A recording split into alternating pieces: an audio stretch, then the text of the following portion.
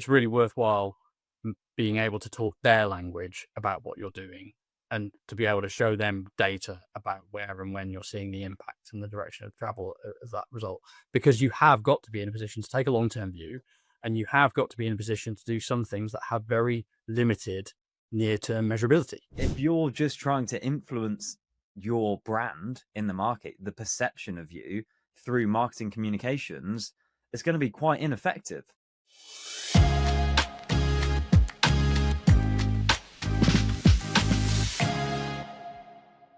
Hi everyone, welcome back to Demand Decoded. Dan here as usual, joined by Phil. Now, we're not in the studio, sat opposite each other today. This kind of feels like old times because this is how Demand Decoded first started. You know, those first, I don't know, maybe like 40, 50 episodes were online, producing them kind of however we could. But Blend HQ is having some renovations, so we are back online doing a podcast however we can. So you might notice some differences in the audio, etc. But hopefully we can bring you the same level of insight that we usually do. And in this episode, by the way, should mention, this is the 100th episode of Demand Decoded. And that is just like absolutely awesome. The fact we're still doing this over 100 episodes, and I did want to do, I've got a fun idea that I was hoping to do for the 100th episode, but we'll save it for early next year. But yeah, I mean, I just want to spend a minute actually reflecting on 100 episodes, which is crazy. I think there's a statistic out there that most podcasts only go up to episode 13, or like it's around that. Yeah. And here we are. Well, I mean, it's been a hell of a lot of fun to do it. Credit to you as well for keeping it going and making such a success of it. Thanks to everybody that does listen. Like, we do it for you, ultimately. And yeah, we get a great amount of satisfaction out of having this forum to talk about what we've seen and heard and learned and got right and got wrong, and share it. And it's effective. It's an effective process for us. It creates things that have value for us as a company, which is awesome.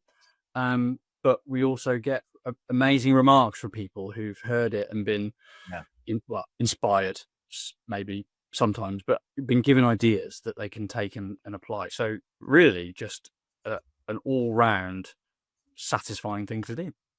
Yeah. I put a post out on LinkedIn a few weeks ago about the level of downloads on Demand Decoded, which is, an interesting stat. And in March 2023, when we first dropped it, we had 2 downloads the entire month. Strong start. 2 downloads, right? But we roll around, and I think probably my mum actually. And yeah, we roll around to November, and I think we were at something like 3,000 for the month. So it really does just show that sometimes in marketing, right, you have this underlying motivation from what you know about your audience. We know that marketers, the people listening to this, listen to podcasts. Like I knew before joining Blend that podcasts were a upcoming media channel that lots and lots of people were looking to consume information via, because it's so easily accessible no matter what you're doing at any given point in time. So really it's just back to the classic marketing principle of understanding your audience, who you want to reach and where. And that's why we started it and continued to do it, even though at the start we were getting things like 2 downloads. Yeah, and I mean, I think it's worthwhile reminding people that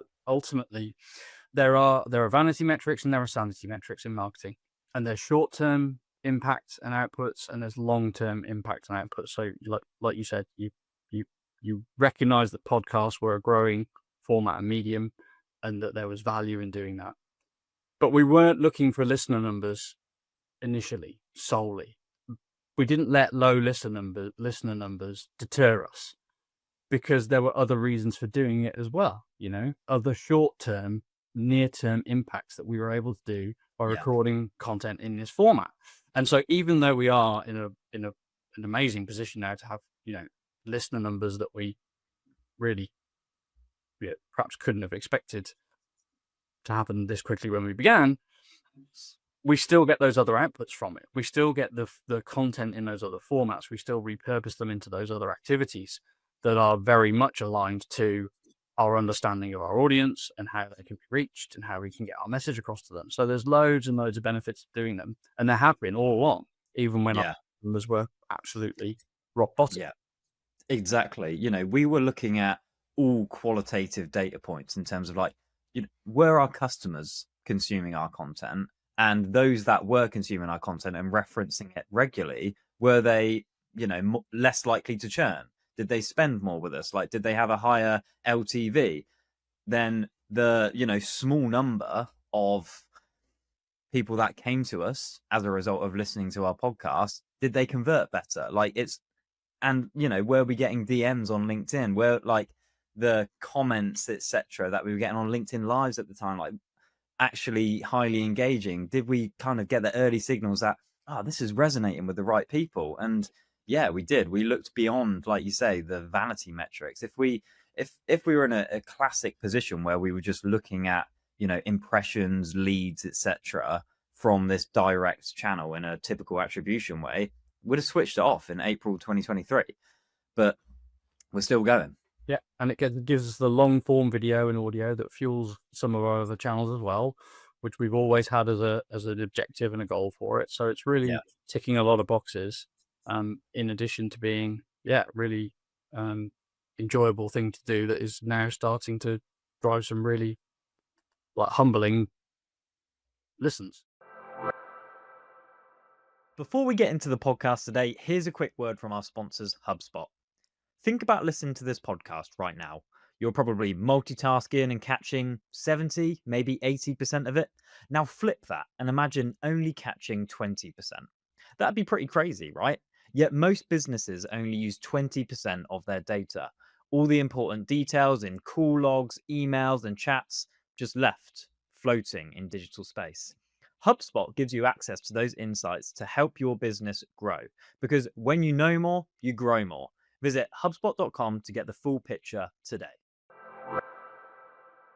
So in this episode, we're really talking about this like inflection point that's happening in marketing at the moment. We've got AI, which I feel like we do speak about in every single episode, but that's not our core focus today. But we've just got this huge transformation that's happening across businesses, and marketers have this unique opportunity to really evolve from like what we have been as a discipline before to what we can be in the future. And I think in this episode, it's really a nice time, as we're going into 2026, to actually just think about and discuss, the shift in marketing as a discipline now and the exciting opportunity we have ahead of us, really.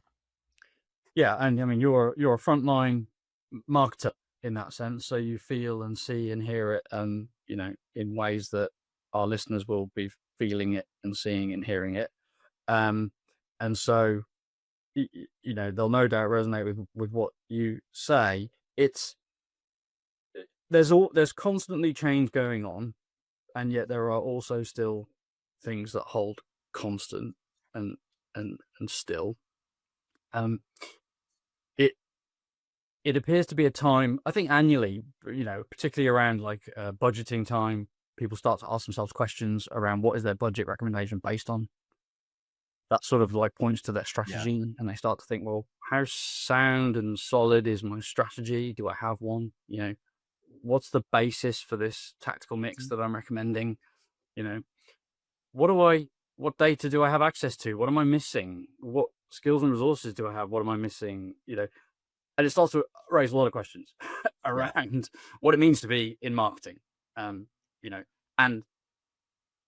this time around, this year, we are going through what I think feels like one of the more rapid disruptions. And again, I repeat the point. Like, some things change, tactics, channels, some behaviors change while some things remain incredibly constant. But AI feels like a rapid disruption to what we need to do in order to achieve our goals, aims, and you know, our objectives as marketers, and how we do it. Yeah. And I for one think that the way that it's changing how we do work is really exciting, because it's in me overcoming knowledge gaps that I could read up and research as I need to do that Excel analysis that I want to do, or to structure that narrative or that deck the way I want to. But it just puts all that on just like rails, really. Like, you can go so fast through that process. So we're now able to do what we've all wanted to do for a long time, given the amount of data that's available to us, which is really reach into it, access it, connect it, manipulate it. So there's an opportunity ahead. But where do you want to Yeah. start? What do you think is what's the most practical, logical starting point?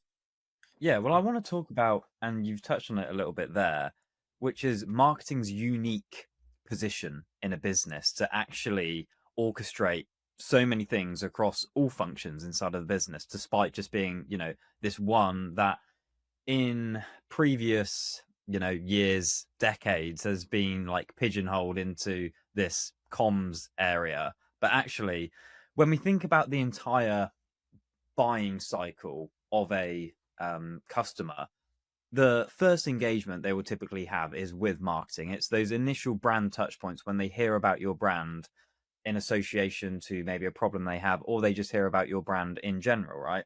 Then they eventually get into the sales funnel, then close them, they get into the hands of customer success, and so on and so on.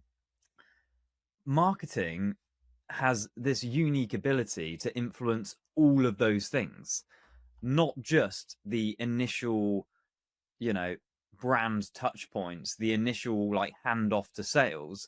Marketing can understand the pain points, the challenges that are being raised in the sales process. It can accelerate the sales process, work with sales to provide the right collateral, etc.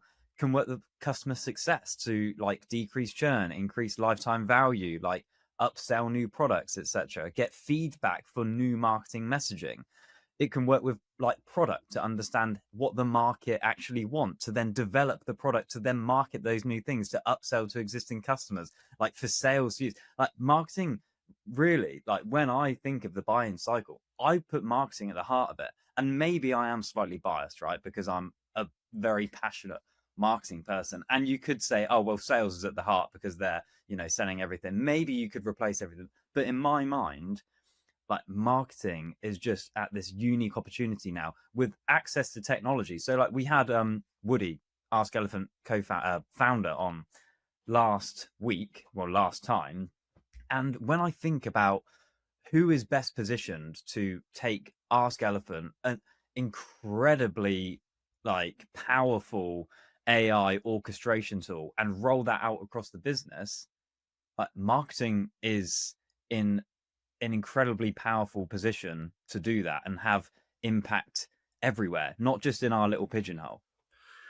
Yeah, I mean, you point some really interesting and fundamental issues. Marketing can influence those things, should be able to influence those things, and yet often isn't in a position to do so, right? And it points to what I periodically come back to in life, which is the sort of the mind-bending distinction, I think, between marketing and marketing communications. Most of what marketing teams do, most of what we're doing is marketing communications, and it's not, in fact, marketing the broader topic, the broader subject with the capital M, so to speak. And there's a couple of ways that we can sort of align it to what you've just said, which is to say that, well, first of all, Mark Ritson, who is a very well-known vocal commentator on marketing, and who is right about a lot of stuff, doesn't always translate to B2B perfectly. So his content is sometimes missing something that I think B2B marketers need in order to apply it. But nevertheless, He says that marketing is thirds. It's diagnosis, it's strategy, and it's tactics or comms. Sorry, comms.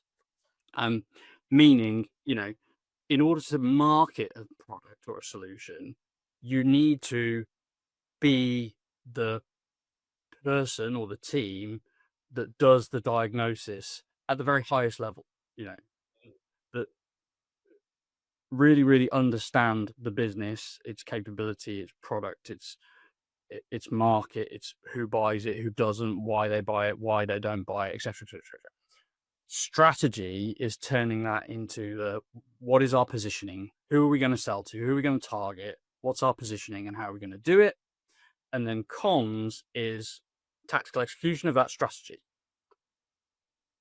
Within comms, you've actually got product, price, place, and promotion.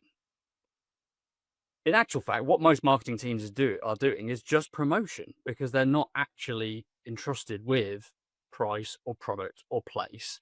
And it doesn't roll up to a marketing person who is entrusted with diagnosis, strategy, and comms.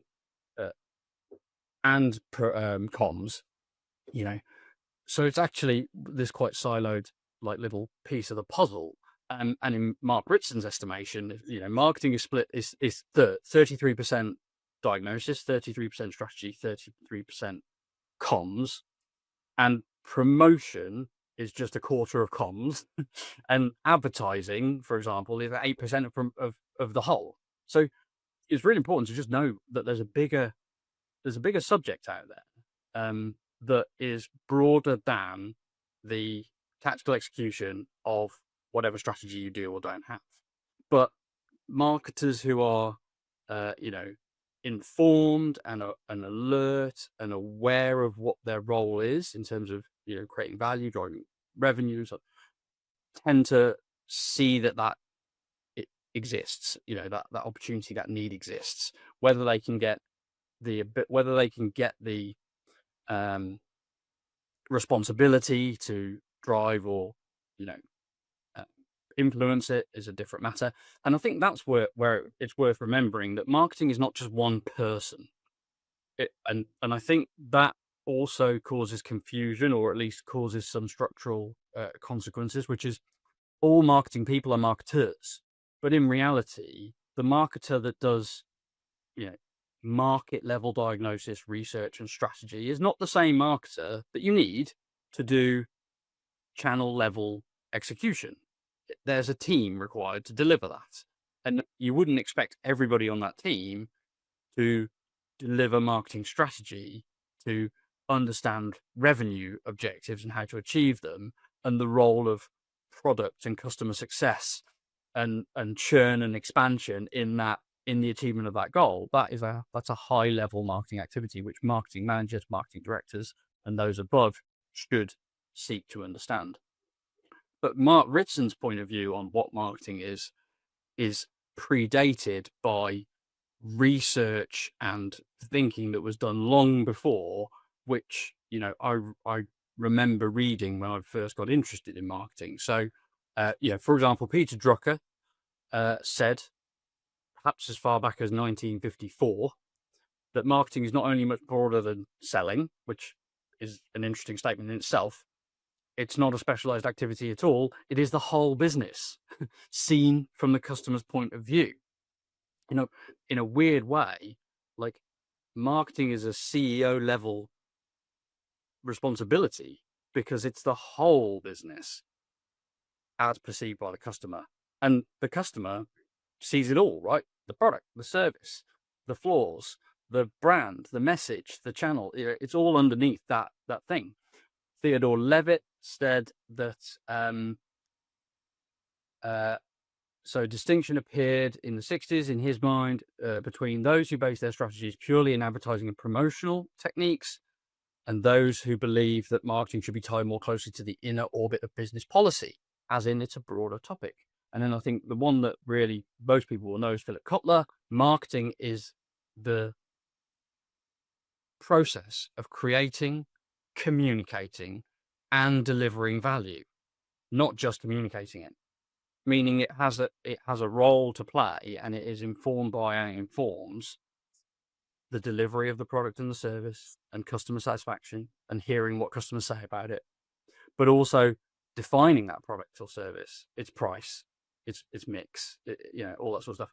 So yeah, it, it's interesting how you've outlined that there is a pull on marketers currently towards that way of thinking, um, driven by current market behavior, economic factors, macro factors, internal factors. And actually, yeah, that's the draw, that's the appeal of moving from marketing communications to marketing, where you actually take an interest in all those things, and if possible, you are using all of those things to inform marketing communications, but also using marketing communications to inform those things, and having a bigger role and a bigger say in a broader set of business decisions. Most businesses don't realize just how much their website is holding them back. VDOT were generating strong demand, but their site just wasn't converting it. We rebuilt their site with their buyers in mind, sharpened the user experience, and aligned it to their goals. And within 90 days after launch, high intent conversions increased by 100%, and demo requests rose by 14%. That's what happens when your website finally works as hard as your marketing. If you think your website might be holding you back, let's start the conversation at blendb2b.com. I want to tell you about a podcast that's essential if you're trying to apply AI in your business, and let's face it, who isn't right now? The Next Wave, hosted by Matt Wolf and Nathan Lands from the HubSpot podcast network. As leading AI creators, they break down the latest tools and technologies into what you can actually use to grow your business. As AI reshapes business operations, Matt and Nathan help you investigate what's worth implementing. If you're deciding where to invest in AI for your marketing or business, they cut straight to what delivers results. The Next Wave, available wherever you get your podcasts. When we think of what brand is, like what does brand actually mean to people? I think it's the perception that people give to a brand. It's not what you look like, it's not what you sound like, it's what people think of you, ultimately. And what the market thinks of you is not reflective solely of your marketing communications. In fact, it's not really reflective of that at all. Most times it's reflective of the process, the interactions that they have with your business, the interactions they have with customer success, the quality of the product, the solution that you provide them. This is what gives you your perception in the market. And that's what brand is. It's the perception of you in the market. And if you're just trying to influence your brand in the market, the perception of you through marketing communications, it's going to be quite ineffective. Yeah, you're only affecting a small part of what ultimately makes up brand, and the process that goes on in between, seeing, experiencing all of those things and forming that opinion is the black box. It's unknowable, but it's the sum total of all of those things. Yes, you can have like distinctive brand assets. Yes, you can have a well-devised brand identity. Yes, you can have positioning and messaging that's effective. Yes, you can have meaning behind your brand. I was recapping some Mark Ritson content for this episode, and he did a really interesting piece on the sort of hypocrisy of brand purpose.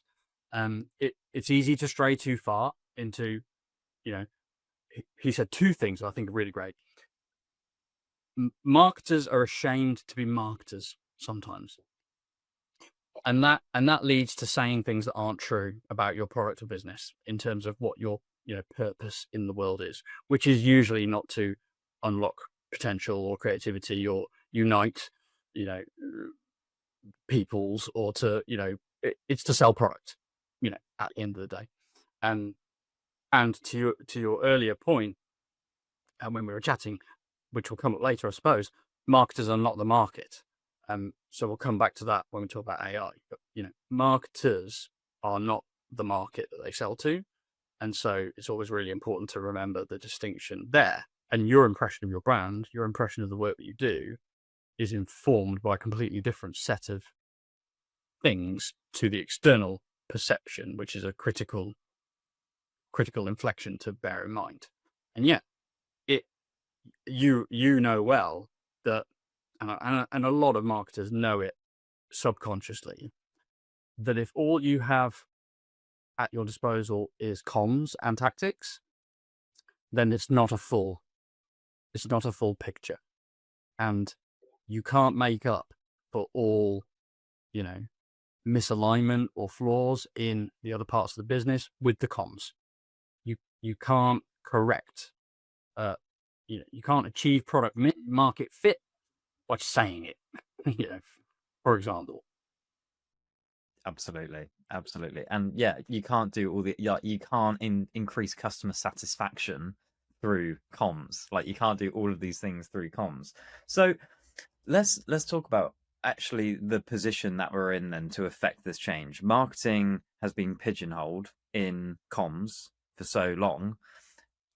Do you think it's true to say that with the technology we have available to us now, with like the ability to orchestrate data, information, like feedback loops through AI, that we are now in a position as marketing teams to affect that entire thing, like the 4 Ps, I suppose, of marketing, if we're talking about that? It's a hell of a lot more achievable than it was before. It was never off the table, it was never impossible, so to speak, but it's become a lot more achievable because of the way that you can automate data capture, data extraction, data analysis, and synchronization into the tools you use without having to take like ownership necessarily of those other functions. So, when I read about the marketing communications distinction, it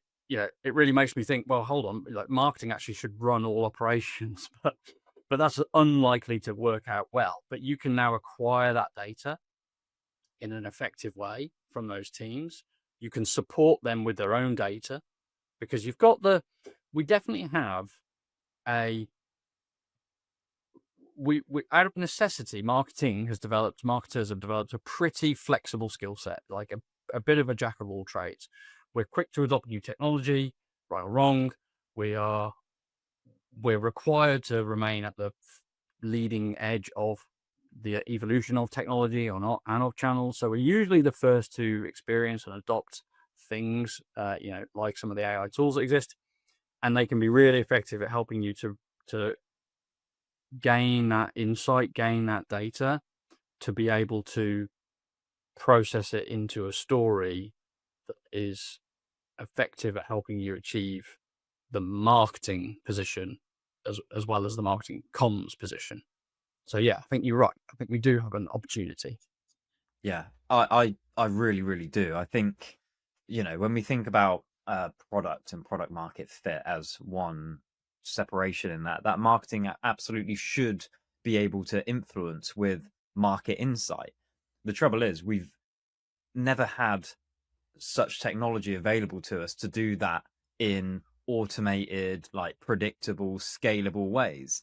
Now we can record every sales call, like extract all the data around, core pain points, missing features that are perhaps like losing deals, any like pushback on, pricing for different packages and seats, etc., etc.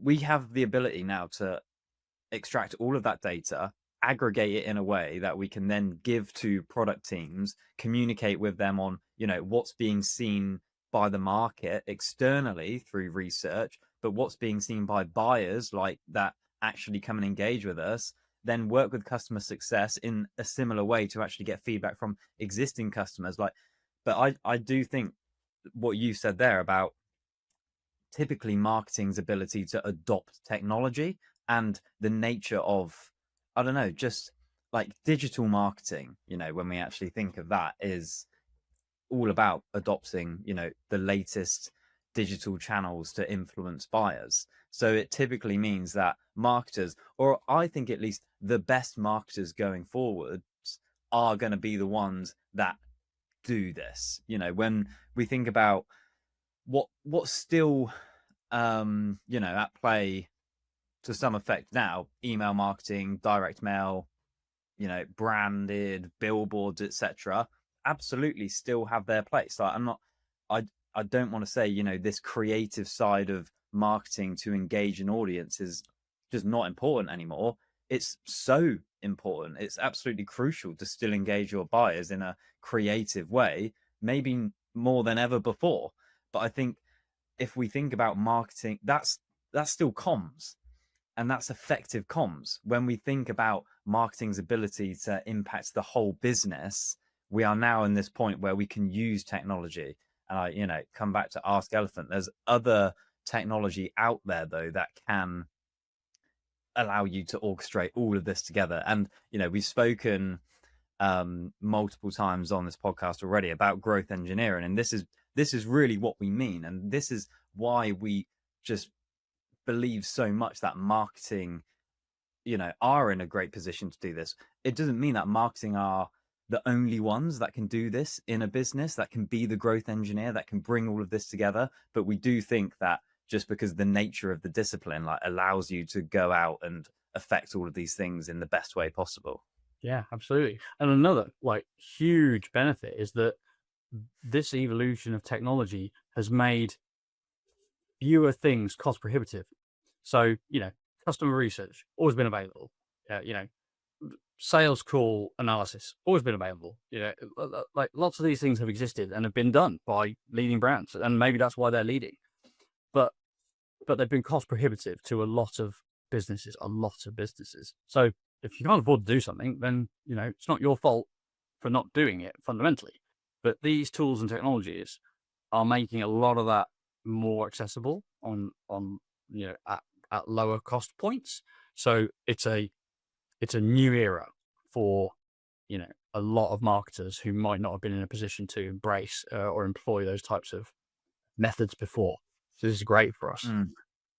Yeah, one other thing I think about is marketing. And so I was having a good conversation a couple of days ago about 2026 budgeting. Kind of got into the point that when we think about it, the things we did in 2024, 2023 will actually be impacting our 2026 revenue goal. The things that we do in 2026, yes, I would expect a certain percentage of that budget, that investment, to impact 2026 revenue target. Again, we have to consider sales cycle length. So maybe we've only got 8-9 months to actually do that, and anything beyond that then impacts 2027. But marketing's ability to think long term is quite unique, I think. Lots of business functions take sales. I think there's some exceptions within this, the businesses that do have extremely long sales cycle lengths, or niche communities that they work with. But most reps are looking at their monthly, their quarterly targets and the deals that will help them hit that. They're not thinking about the deals that they're going to need to close in 2 years' time. But marketing are thinking about, the brand perception they're building up over multiple years and how that's going to actually impact us in 2028 and, even beyond that. So I think as well that long-term mindset does allow you to build something that serves you, well into the future, not just for what's going to close deals in the next 3 months.